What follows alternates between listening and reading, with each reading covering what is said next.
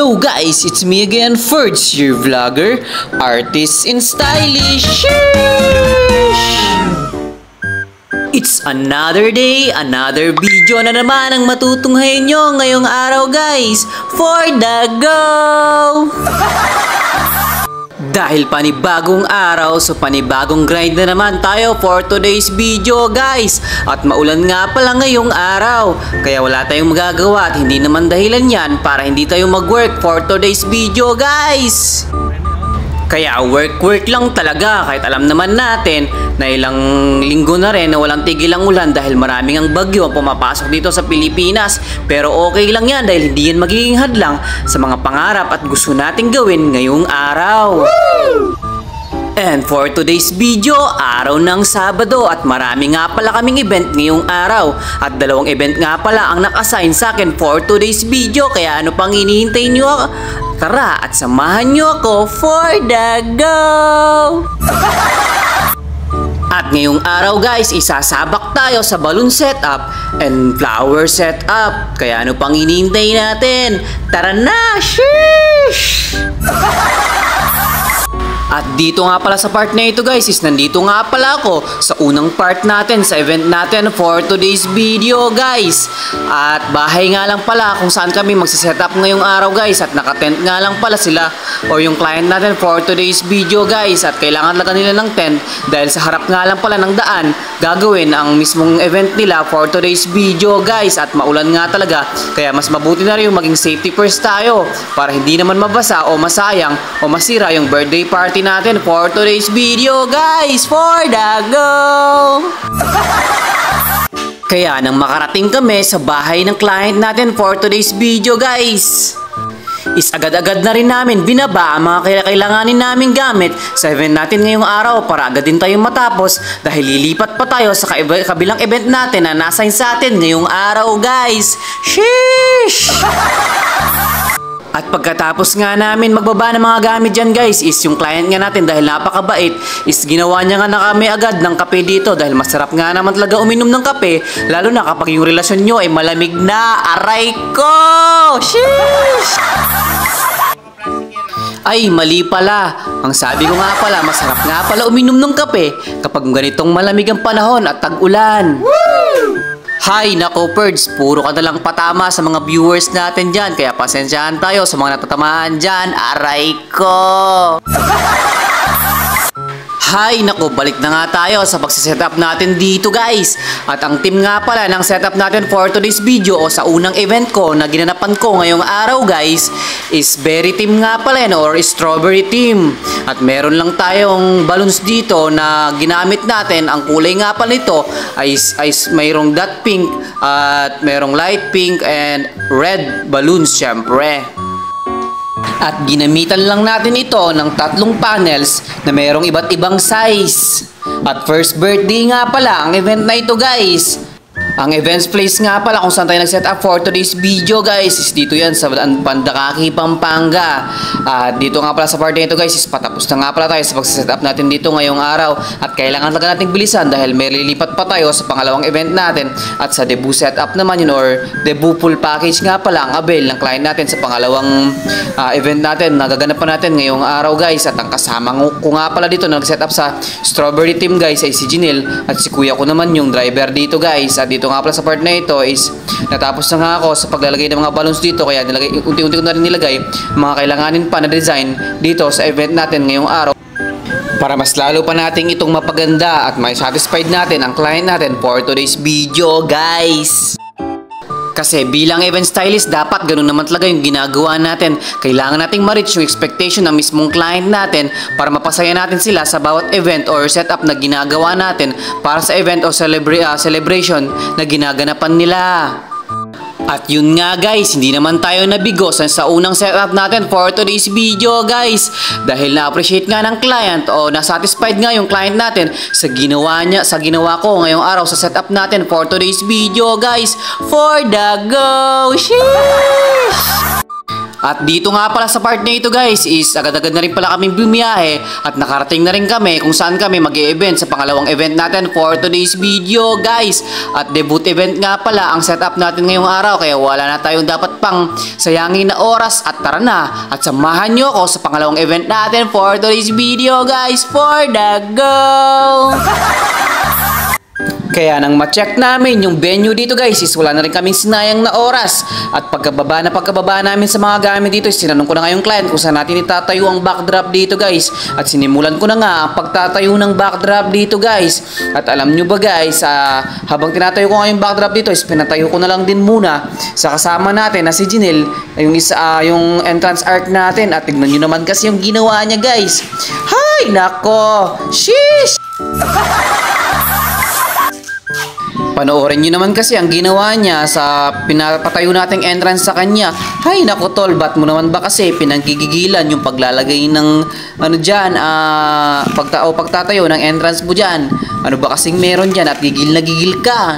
Di naman yan lumalaban, dahan-dahanin mo lang naman tol, grabe ka naman.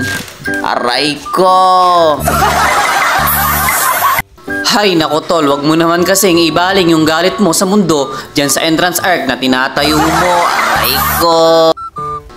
At nang matapos na nga niyang maitayo dito ang entrance arc natin na bakal, is tinuruan ko nga siya ng tip kung paano niya gagawin para mapabilis yung pagtatayo niya sa entrance arc natin dito guys. Dahil dito nga pala sa part na ito guys, dahil siya yung kasama natin kaya tinitrain ko na siya kung paano na ba ang dapat mabilis at kung paano ang paraan ng pagsiset up natin dito guys. Para nasasanay siya at marami na siyang nalalaman at para sa susunod na event natin guys, or pag siya yung nakasama natin guys, is hindi na tayo mahirapan na turuan siya dahil alam niya na yung gagawin niya dahil unti-unti ko na siyang tinuturuan sa bawat event o kapag kasama ko siya sa mga event na ginaganapan ko.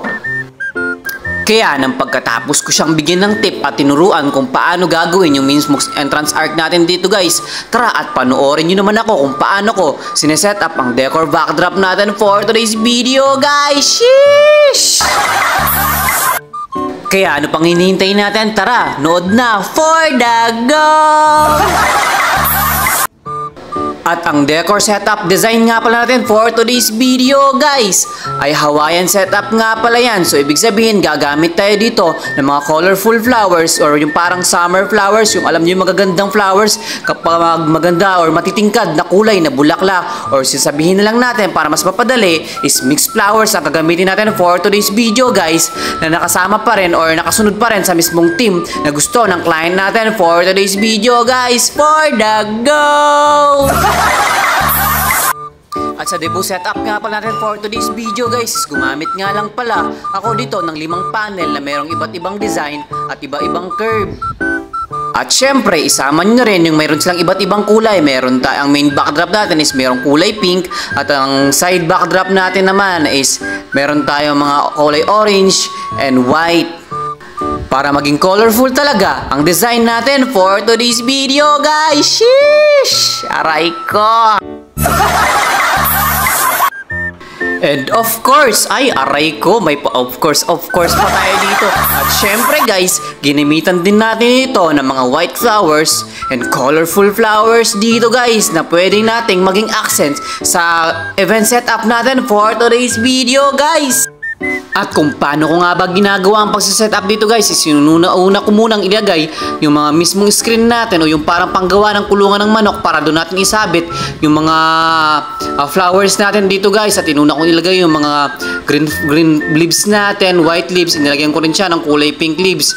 At nag-base lang din tayo dito ng mga white flowers at saka na lang natin inilagay o inad yung mga mismong colorful flowers natin dito guys. At dito nga pala sa part na ito guys is malapit na nga pala akong matapos sa setup natin for today's video guys. Sheesh! For the go!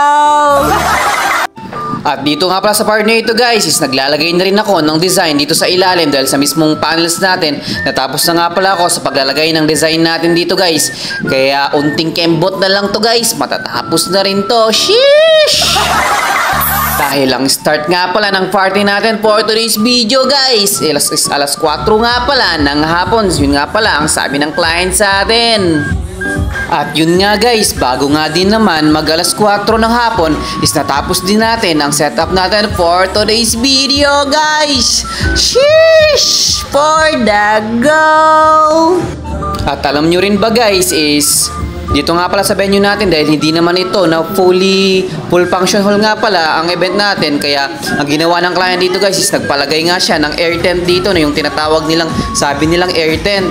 Hay nako, kanina nung habang sinakausap nga ako ng client dito guys, hindi ko nga alam kung anong itsura ng air tent. At ito yan nga pala ang itsura ng air tent guys na nakikita nyo dito sa walang bubong na meron nakalagay ng mga tables and chairs guys. At dito nga pala sa part na ito guys ay nag-start na nga lang din ang event natin is mag-aalas 7 na nga ng gabi. At sabi nga, di ba, sabi ng client natin sa atin for today's video kanina guys, is alas 4 daw yata yung mas mag-start na yung event natin. Pero yun nga, hindi nga nag-start agad ang event natin dahil nga sa maulan nga ang panahon at hindi agad dumarating ang mga bisita dito. Kaya nang maya-maya din, nang medyo tumigil na nga ang ulan at medyo dumami na rin ang bisita, is sinimulan na nga din agad ng MC natin dito ang mismong event natin for today's video. At dito nga pala sa part na ito guys, is niwe-welcome na nga pala ang debutant natin for today's video guys. Sheesh! At para masimulan na rin agad ang event natin for today's video o yung mismong 1818 ng birthday celebrant natin for today's video guys. At marami nga din palang supplier ang event natin dito o yung mismong client natin for today's video guys, dahil kumuha siya ng full package catering services at meron din siyang mga sweet corners na kinuha at meron din siyang coffee shop dito. Ay, coffee shop, hindi pala, I mean coffee corner nga pala. Aray ko, ang hirap lang mag voice over, nagkabulol-bulol ka na nga, mali-mali pa ang pinagsasabi mo. Aray ko! Dito nga pala sa part na ito guys is tapos na nga dito ang 1818 ng mismong debutant natin at tapos na rin kumain ang mga bisita dito ng client natin for today's video guys. At nagbibigay na lang ng mensahe ang client natin sa anak niya dito guys.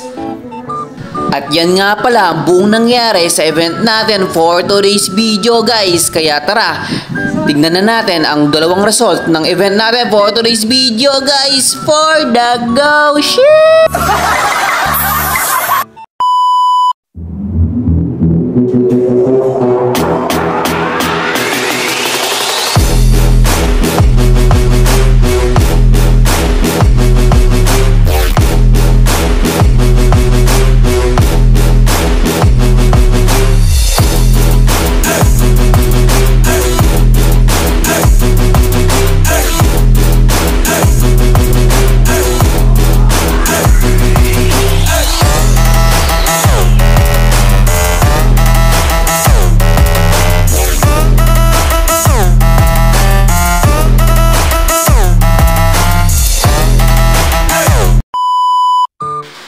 At bago nga pala matapos ang video natin for today's video guys, is gusto ko lang din muna magpasalamat sa mga client natin for today's video guys.